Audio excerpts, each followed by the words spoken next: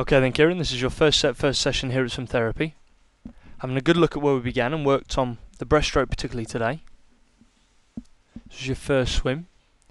We first of all picked out the glide was something to work on. We can see here at the moment a little bit of a lack of a glide. We can see certainly a pull in there, a kick in there, but no streamline position in there. That's a problem. So when you start the stroke with a pull, you'll pull your arms back, and at the same time you'll be lifting up for the breath. Now the pull in breaststroke is very short. We want it to be very short, otherwise it will slow you down. So the pull is going to be very short, so therefore you're not going to push a lot of water backwards. So the pull's never going to create a lot of forward momentum, and at the same time you lift your head up to breathe. So you put your body in a position that is far from streamline. So we've slowed down quite a lot here, we've created a lot of drag, then you bring your knees against the water to kick back, and now we really start to move forwards. You drive the legs backwards and you throw the front end into the most streamlined position possible. And unfortunately we can see by the time your kick is finished, the next pull has already started. So we need to hold that off a little bit longer and find actually a part of your stroke where your body is as streamlined as it can possibly get. So it's not just about getting the timing right, it's not just about having the glide, you've got to make yourself as perfect as possible. So we can run through that head to toe. So you'd start with the hands at the top, keep your hands side by side, ready for that pull, but very much linked and together. For example, you can link your thumbs together underneath your hands, that can really help. Not a complete necessity, but certainly something I would recommend. Then you'd try and make sure that your arms were squeezing your ears. Now if your arms are squeezing your ears, that'll first of all make sure that your arms are nice and tight to your head, we've not got big gaps. But it'll also make sure that if your arms are squeezing your ears, your head's not too high or too low. It'll be right in between. You then tuck your tummy in, really kind of tuck your tummy in and hold yourself as rigid and as strong as possible, and you've got to finish that leg kick with your feet together. So your body is literally like a pencil. You're as streamlined as you can possibly get. So there's no doubt about it, through the session today you had no problem in getting a glide in there as we worked through it, but what we often did was be a little bit too relaxed in that glide. You've got to be very strong, very rigid, hold everything very, very tight. Just making that slight difference, for example, maybe with the arms to the ears, just having that slight gap between your arms and your head, just to really then tuck it in, makes a massive difference as to how fast you swim. You really prove that at the end. So moving a little bit further on into the session, we can certainly see here a difference. There's certainly a glide there now, which is fantastic. So there's a pull, a kick and a glide. And that glide position you can see very clearly. Body in the most streamlined position it could possibly be in. Head's tucked in very, very nicely. Arms are squeezing those ears. Hands are side by side, linking those thumbs together. Brilliant. Feet are together at the end of the kick. Very nice. Very, very good. That's what we should see after every single kick. So again, remember, in the pull you create a lot of drag. To start the kick you create a lot of drag, but actually when you drive your legs backwards and throw your front end into the most streamlined position possible in that glide, that's when you move forwards in breaststroke, and you'll literally dart forwards. So certainly huge improvements as far as that was concerned. Don't underestimate what that glide can do for you. Just being that little bit tighter can make a huge difference in terms of how fast you swim. What we moved on to a little bit then was the pull. So we can see on some examples your pull is too big. For example here, your hands have ended up by your belly button. That's a long way back. Now as we know, we want to be in this position for as little as possible. We want to be in and out of here as quick as possible. For the longer you're here, the more you sink, the more you slow down, because you're in a very unstreamlined position.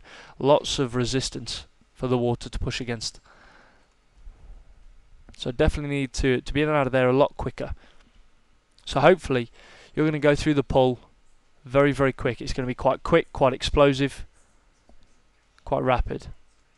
So it'll be a small, tight pull, and hopefully, just to rewind this, you'll pull your arms backwards and then throw your arms forwards in almost one movement. There'll be no pausing at the body. Instead, you go right down to your trunks on this occasion. You wait here for a long time until you can bring your arms back up to the top, and now you throw your arms forwards and into the streamline. So for that period of time it took you to go all the way back to your trunks to come all the way back up again has been a waste of time, and a period of time where you've simply slowed down. So we're looking to really over-exaggerate that first of all. We look to really push the boat out, and we talked about a very, very small pull. And you did that. You did really, really well with that. You worked very hard. Very different to where you began. The pull was tiny. It was superb. What we want to aim for is something like this. So looking from this side-on view, so you pull your arms back no further than the hands to the chin. So your hands are never behind your head there. Hands are always in front of the head. Elbows always in front of the body, or elbows in line with your shoulders there. That's the kind of position we should get into. That's superb. So again, elbows to the shoulder, hands in front of the head. Compare that position to your last swim.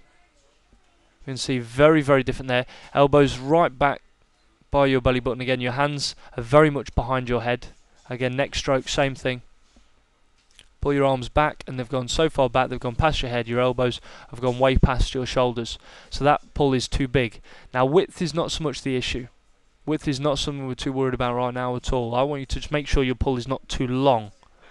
It can be wide, but it has to be short. So definitely a much improved position here. Unfortunately, at the moment, each time you're thinking about the pull, we're losing that glide. And when you're thinking about the glide, we're losing the pull. That's perfectly understandable, perfectly acceptable at this stage in your swimming. These are still very new points to you at the moment. But in the more mid to long term, in your training, what you're going to have to do, work on these areas individually, but eventually they'll have to be pieced together. They have to work together a little bit. So certainly here, seeing a few too many gaps between the head, between the arms. You can see they're not quite squeezing, not quite closing off those gaps as much as we'd like to.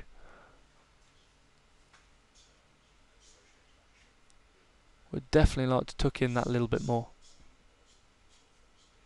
So that's where you are. There's clearly a glide, there's clearly the right timing. We have a pull, we have a kick, we have a glide, but the glide is not as perfect as it could be. However, here, very different. Really squeezing, really tucking everything in very, very well. You look like you really wanted to be in that glide. You look like you knew that was where you were going to surge forwards. It looked fantastic. It looked really, really good. I know you'd think that when you're pulling, when you're kicking, that's when you're moving at your quickest. But it's not the case in breaststroke. You've really got to put that glide to good use. Okay, superb. Finally, just moving on to the front crawl a little bit. So only had a very quick look at the end just to see what was going on. Certainly comparing your kick in this swim to your warm-up, we can see a very different stroke, very different kick. Here you kick what I would consider to be a normal kick.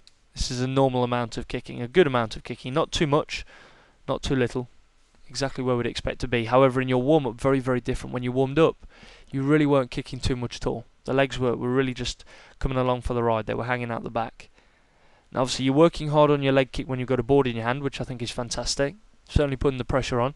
But you need to make sure you put the pressure on in the front crawl full stroke lengths as well. Think about all the front crawl you do in your training. And you're putting the pressure on your arms. You're actually pulling with your arms, but you're not necessarily kicking your legs. So you've got to make sure you're kicking your legs as well. Hopefully it should look something along these lines. Keep those toes pointed at all times. None of this breaststroke kick in the front crawl. Long legs, toes pointed.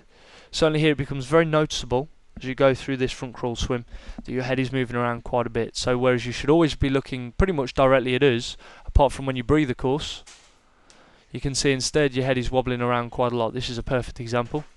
You can see here, just to rewind back to the breath. So you're breathing here, you bring your head back in, should stay central. It doesn't, continues to roll that little bit further. And you're looking over to that left hand side here where you should be looking directly at us. Then over onto the other side. And then you breathe. So the only time you shouldn't be looking at this camera is when you're breathing. Whereas you can see that's not always the case. Now the less your head moves, the better it's going to be. It's as simple as that. The more your head moves, the more you're going to slow yourself down. And you can consider that with your breathing and when you're not breathing. When you breathe, move your head as little as possible. When you're not breathing, your head has no reason to move at all. Certainly just with that idea in your mind, already looks a lot better here. Much improved. Much more stable with that head. So in your normal pull, you can maybe follow that line of tiles, maybe the black line. Or look out for maybe the lame rope in the corner of your eye if you don't have tiles. There are lots of things you can look out for. keep your eye on, just trying to keep that head as stable as possible.